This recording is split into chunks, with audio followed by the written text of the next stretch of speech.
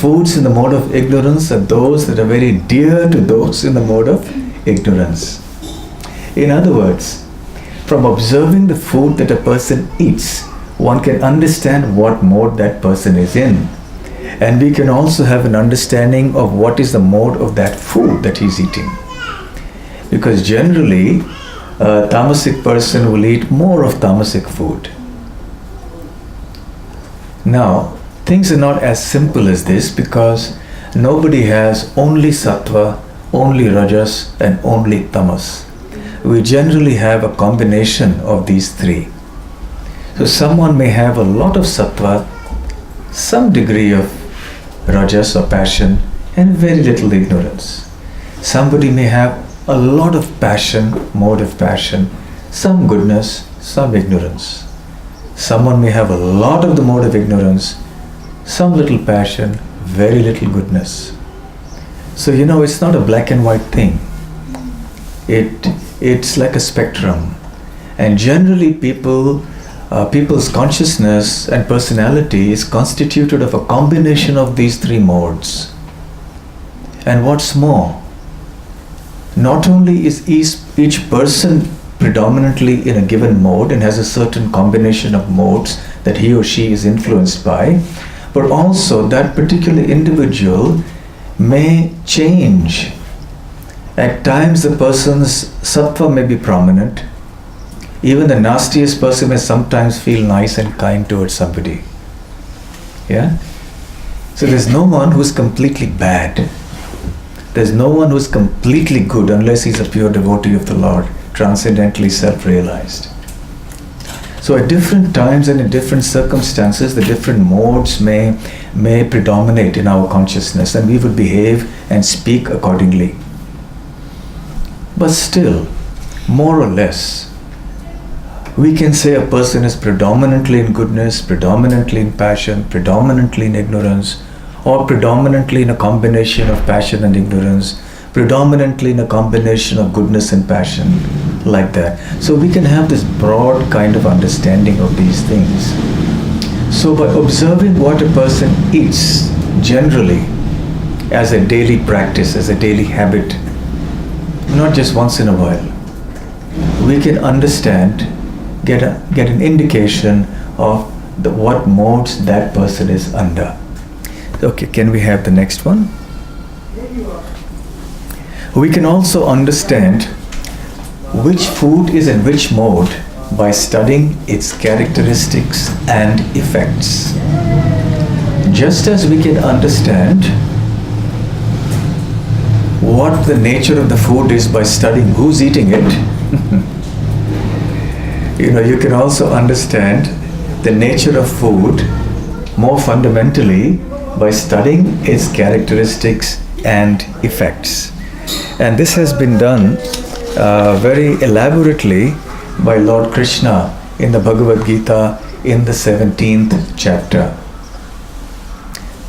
Text, can we see that in next verse?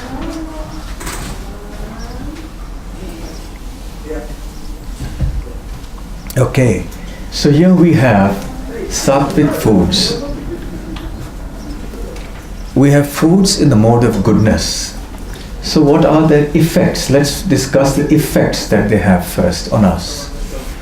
Number one, it increases, or the sattvic foods increase our duration of life. These are the symptoms given by Lord Krishna in that particular verse.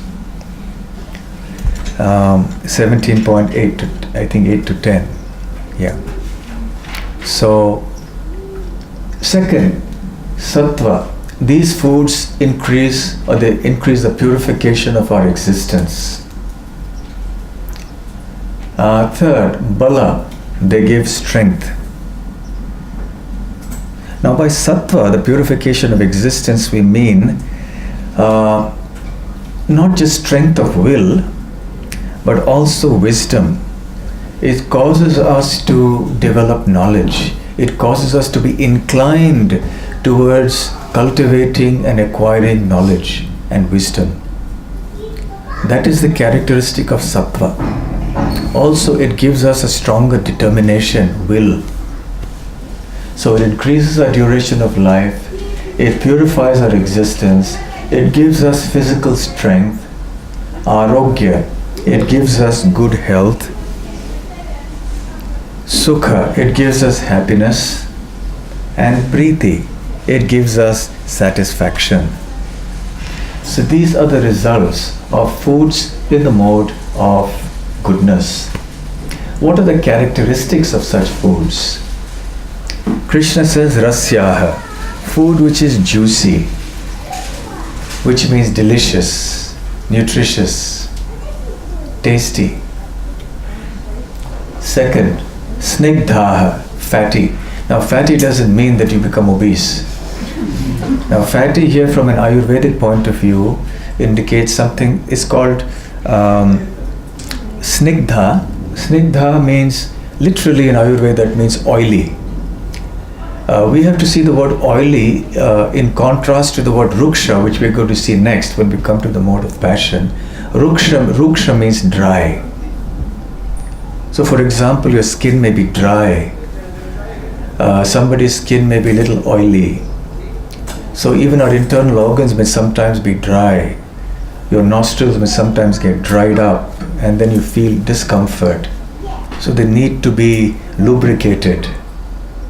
So snigdha means that the food facilitates the right amount of moisture and lubrication in the body. Right?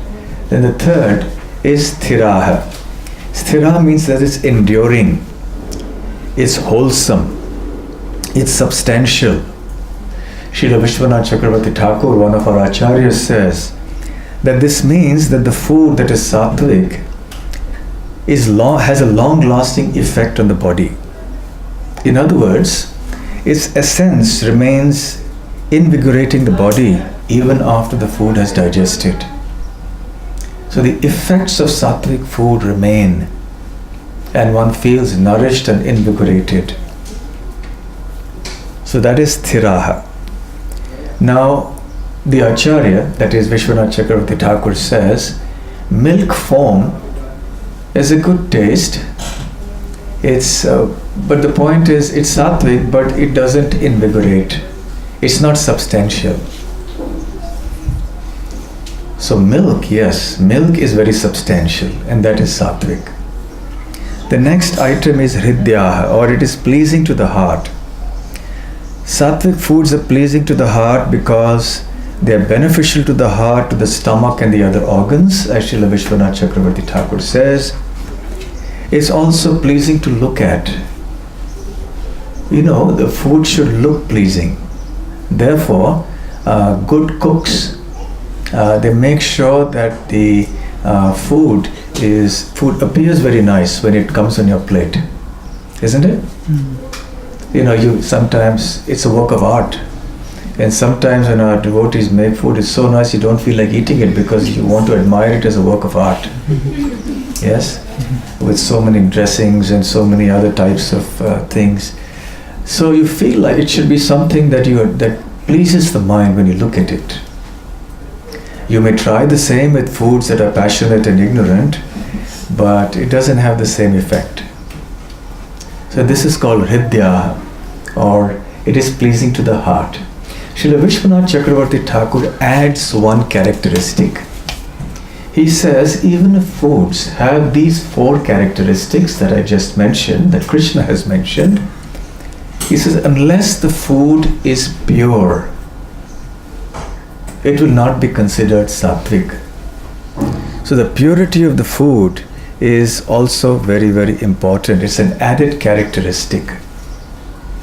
Now food can become impure in many ways, and we'll see that as we move along to the foods in the mode of passion and ignorance. So what are some of the examples of these foods? Now, don't connect that to the rows in which these items are mentioned. It's not that food grains are juicy, increase the duration of life, and milk is fatty and purifies existence. There's no correlation there, right? Just see all of them as a column. Don't try to correlate with the other rows. But these are examples of foods in the mode of goodness, food grains, milk, sugar. By sugar, we don't mean the refined white sugar.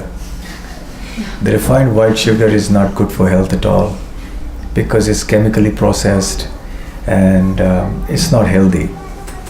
What we mean here is foods that are sugars that are naturally produced through sugarcane juice, and then molasses, and there is a whole procedure to do that. There is healthy sugar. There are also natural sugars which appear in fruits and so on. Then there are fruits and there are vegetables. So these are examples of sattvic foods. Now, sattvic foods are easily digestible and they also are abundant in prana. They nourish the prana. How many of you know what is prana? Life air. Anything else? Prana. You've heard it often in Bhagavad Gita? Energy. Energy, alright, but something more specific? Consciousness. Prana affects consciousness, but something more? Breath. Breath is a gross form of prana. Life Airs, that's right. Nowadays people they talk a lot about yoga and breathing exercises, pranayam. So the word pranayam indicates the regulation of prana. So you control your breathing, and through the regulation of the breathing, you regulate the subtler airs within the body. So what we breathe is a gross air, and the prana is a subtle air within the body. So what yoga does, the asanas and the pranayam we perform, it regulates these pranas within the body. So they act in a balanced fashion. You see, we have 5 main pranas, we won't go into the details of that, and 5 secondary pranas. And they have functions to discharge within the body. So a certain prana may be responsible for circulation of the blood, another prana for digestion in the body, another prana for evacuation from the body. So there are different pranas that have different functions. And for a healthy person, these pranas are balanced and they are functioning properly. They are sufficiently nourished. So when there is an imbalance in the pranas, then there is disease. Either one particular prana is undernourished or some imbalance exists between the pranas. So the yogis, what they do is, by asanas and pranayam, they regulate that. We can give a very simple example of, let us say, a watch or a clock. You have a little button that you turn, and then turning that button, you turn the needle of the clock, right? So similarly, the gross physical exercises and breathing are like turning that knob, and the needle actually turns inside us like the prana. It's a very crude analogy, but you may get the point. So these pranas have to be regulated. That's very, very important. You see, health is a matter of balance. According to Ayurveda, the kapha, vata, pitta, these 3 dhatus have to be balanced. According to yoga theory, the pranas have to be balanced and they have to be nourished abundantly.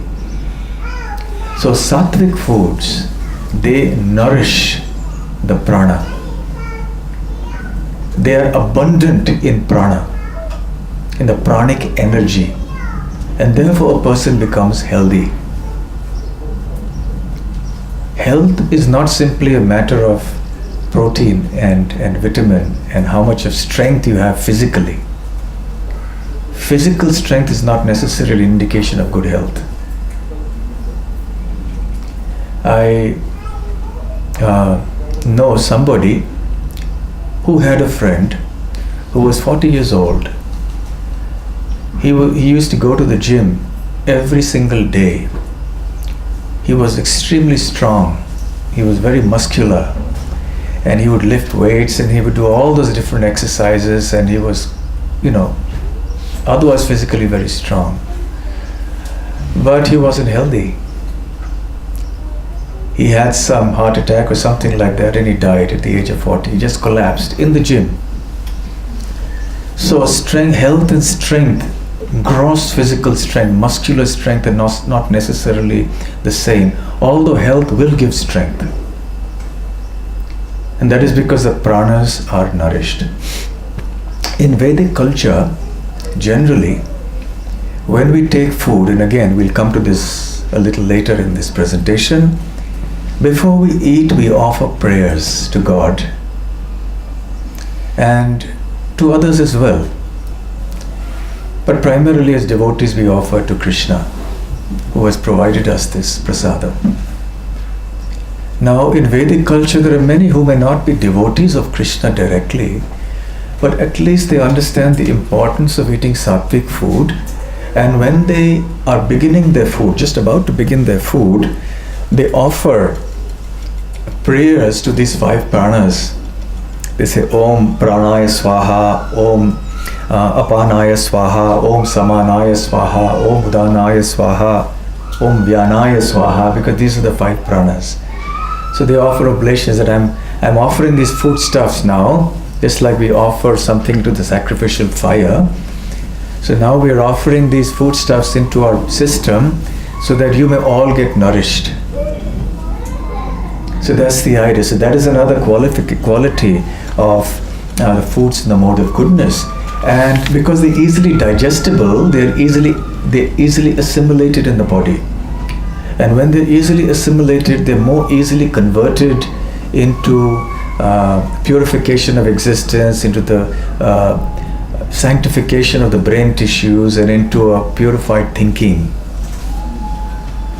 This is the benefit of sattvic food. Yeah, very important for us. So any advanced civilization that has any idea at all about spiritual development being very important in life must prioritize and focus at the very least on sattvic foods. We will later be talking about transcendental food, spiritual food, but at least sattvic food, which is free of sinful activity and free from the other faults that plague the other 2 kinds of food, which is food in the mode of passion and food in the mode of ignorance. So having discussed foods in the mode of goodness, let's take a look now at foods in the mode of passion, or rajasic foods. Let's discuss the effects first. The effects of rajasic foods are dukkha, causes distress, shoka, causes misery, amaya, it causes disease. That wasn't said about sattvic foods. Sattvic food said the opposite. It facilitates good health. But foods in the mode of passion actually create disease. And what are the characteristics?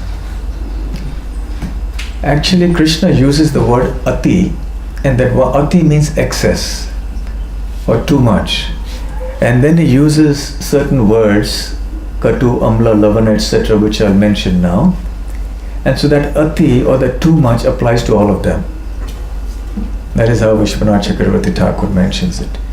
So, rajasic foods could be those that are katu, or too bitter, amla, too sour, lavana, too salty, ushna, too hot, tikshna, too pungent, ruksha, too dry, or vidahivaha, which means burning. Now there's no need to write too burning. This is burning. If burning is bad enough. Too burning, then you're in difficulty anyway. So, yes, I remember, I'll share a little personal anecdote with you.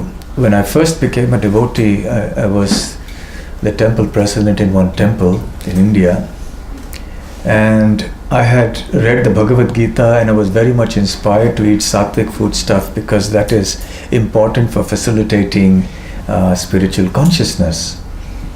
And so I made sure that in the ashram we have sattvic food, that the cooks were not on the sly putting a little more chili, because people who are born and raised in India like to eat some chili, and they have so much of masalas and spices and so on. So I had to intervene frequently to make sure that on the sly they didn't just put a little something in. So eventually it came on track. But then one day I was thinking, because in the Bhagavad Gita, Krishna says that salty food is also rajasic. So I thought maybe it's a good idea we should stop eating salt.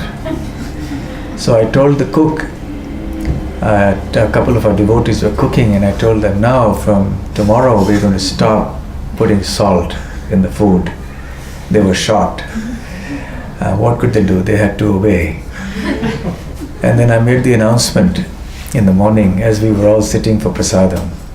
Said, from today, because this is rajasic food, we're not going to have salt. And in those days we didn't have all these mobile phones that had cameras and all that, Otherwise someone could have taken a photo snap and seen the expressions on everybody's face. And then they started eating. And they were not happy, of course. And this went on for a day or two. And then very soon I had a rebellion on my hands. And then I had to reconsider my decision. And of course, when I reflected on it, it is not salt exactly, it's too salty. So a little bit of salt is necessary, but if you do things in excess, then it becomes rajasic. So it shouldn't be too salty, too bitter, too sour, too hot, too pungent, too dry. In a normal meal, you have many of these elements. You may have a dry item to eat. Okay, let that be a very small part of your meal. Don't do too much of that. You may have a little sour something, but don't let that be a very prominent portion of your diet. Similarly with all the other things, just have it in moderation, or perhaps less than moderation. Now there are certain items. What about too sweet? Too sweet also, yes. Too sweet also is not good. Anything in excess is not good. Too sweet also, you're a doctor, it causes also diabetes. But from an Ayurvedic point of view also it has its own problems. And from a spiritual point of view also it disturbs the mind. Too much sugar is like an intoxicant also. So it dulls you. So yes, even too much of that is not recommended. So Srila Madhvacharya, one of our great acharyas, mentions that even though we speak about bitter foods being in the mode of passion, there are certain bitter foods like bitter melon, for example, Karela, which though bitter are good for health. So when we look at the effect that it has, even though the characteristics of bitter melon are of the mode of passion, but the effect it has is good. But even then, we shouldn't make a meal of only Karela or bitter melon. Take a little bit. Sometimes devotees overdo it, I've seen that also. They really go over the top and they just take a whole meal of Karela or something like that. Everything in moderation is good. Sattva guna means moderation and balance, not too much of anything. He also gives an example of certain sour foods. Sometimes we do take sour foods. For example, yogurt is considered a sour food. But even though the characteristic is that of the mode of passion being sour, nevertheless, it has a good quality because it is helpful for us. It's good for health. Although yogurt should not be taken at night, any sour food should not be eaten at night. So therefore, both Karela and yogurt can be considered sattvic foods. Right? So we have to be cautious about these different foods. An example of too bitter, food that is too bitter could be neem. Neem is very good for health. You take it in very small quantities. That's quite good. Or too much of of black pepper or red pepper, too much of hing, you know hing, asafoetida? Too much of that causes dryness. So even spices should be used in moderation. So what are the different foods that are in the mode of passion? Very spicy foods. Any foods that have all of these qualities that we've mentioned here. Cola drinks, tea and coffee, chocolate, all of these things are rajasic foods. So we avoid them. I'm sorry. What to do? I'm the harbinger of bad news. But this is what it is. Onion and garlic will also. Onion and garlic will come when it's in the next mode. Okay, so these are foods in the mode of passion. So what happens when we eat foods in the mode of passion? As the very word indicates, they increase our passions. They overstimulate the body. And they excite strong emotional qualities and passions within us. And they destroy the body-mind equilibrium. They assist the body to some degree in some way at the expense of the mind. They harm the body also, as we have seen. Amaya, it causes disease. But even if it gives physical strength to the body, it does so at the expense of the mind. Even if it tickles the taste buds of the tongue, even if it gives some muscular strength, even if it gives some extra passion, but it does so at the cost of the mind. So it contaminates the mind, it pollutes the mind. So therefore we try to avoid foods in the mode of passion. However, there are certain professions and activities where we may say that people, let's say, who are doing a lot of physical work, or they have to, let's say, soldiers and, people who have to deal with a lot of dangerous situations. So they have to be a little bit in the mode of passion. You can't be too good. If you're fighting a battle, if that's your dharma, you're a soldier, you have to have some passion in you. You have to have the mode of passion. We don't advocate soldiers also eating meat and so on, although sometimes these things were allowed for Kshatriyas in the past. But a combination of sattvic and rajasic foods may be okay for them, because then it gets them all fired up to do whatever they need to do. But generally for those who are serious transcendentalists, we do not recommend foods in the modes of passion. Okay, so now we'll come to the next one, which is foods in the mode of ignorance. The effects of the mode of ignorance are, now those of you who have studied Bhagavad Gita, what are the effects or the symptoms of the mode of ignorance? Laziness, procrastination, sleeping, moroseness. What else?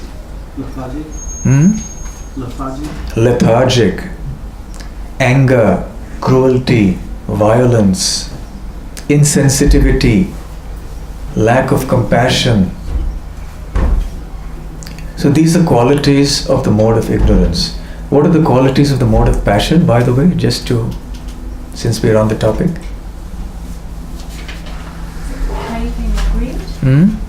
Craving or greed. Craving, greed, over endeavor for what? For material things. Mundane things. Anything else? Desire for pleasure. Desire for pleasure. Desire for pleasure. Fame and respect. Desire for fame. Desire for fame, name, prestige, honor, respect. So these are some of the things in the mode of passion. The symptoms of the mode of goodness? Peacefulness, kindness, compassion, forgiveness, happiness, inclination towards spiritual life. These are symptoms of the mode of goodness.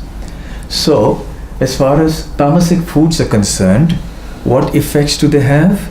They invoke within us the symptoms of the mode of passion. They create a mode of ignorance, I beg your pardon. So they actually give rise to these tamasic qualities within us, lethargic, violent, and so on. So what are the characteristics of foods in the mode of ignorance? Yat yamam. It's not yaman, it's yaman. Yamam, A-M. Yat yamam. That is food cooked 3 hours before eating. Gata rasam, which means that which is tasteless. And by the way, this does not apply to prasadam, because if prasadam is kept for more than 3 hours, you can still take it. It doesn't become food in the mode of ignorance.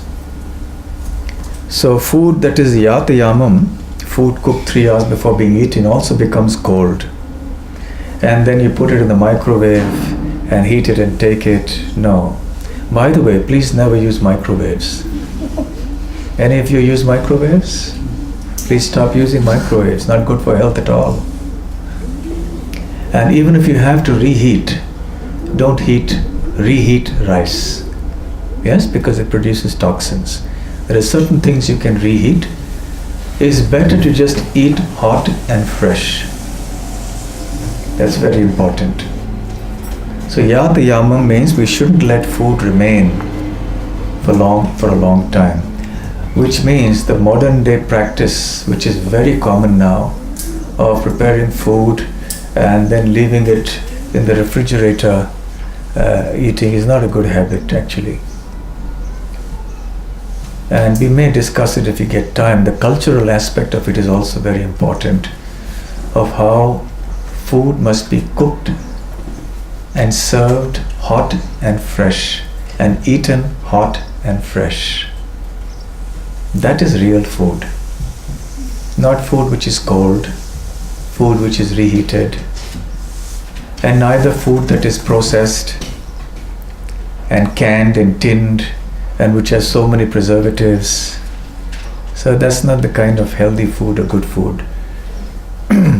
So freshness is a quality of the mode of goodness, and the opposite is the quality of the mode of ignorance. So this is stale food.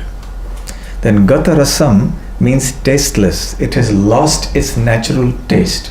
Perhaps it was flavorful earlier, but over time somehow it has lost its taste.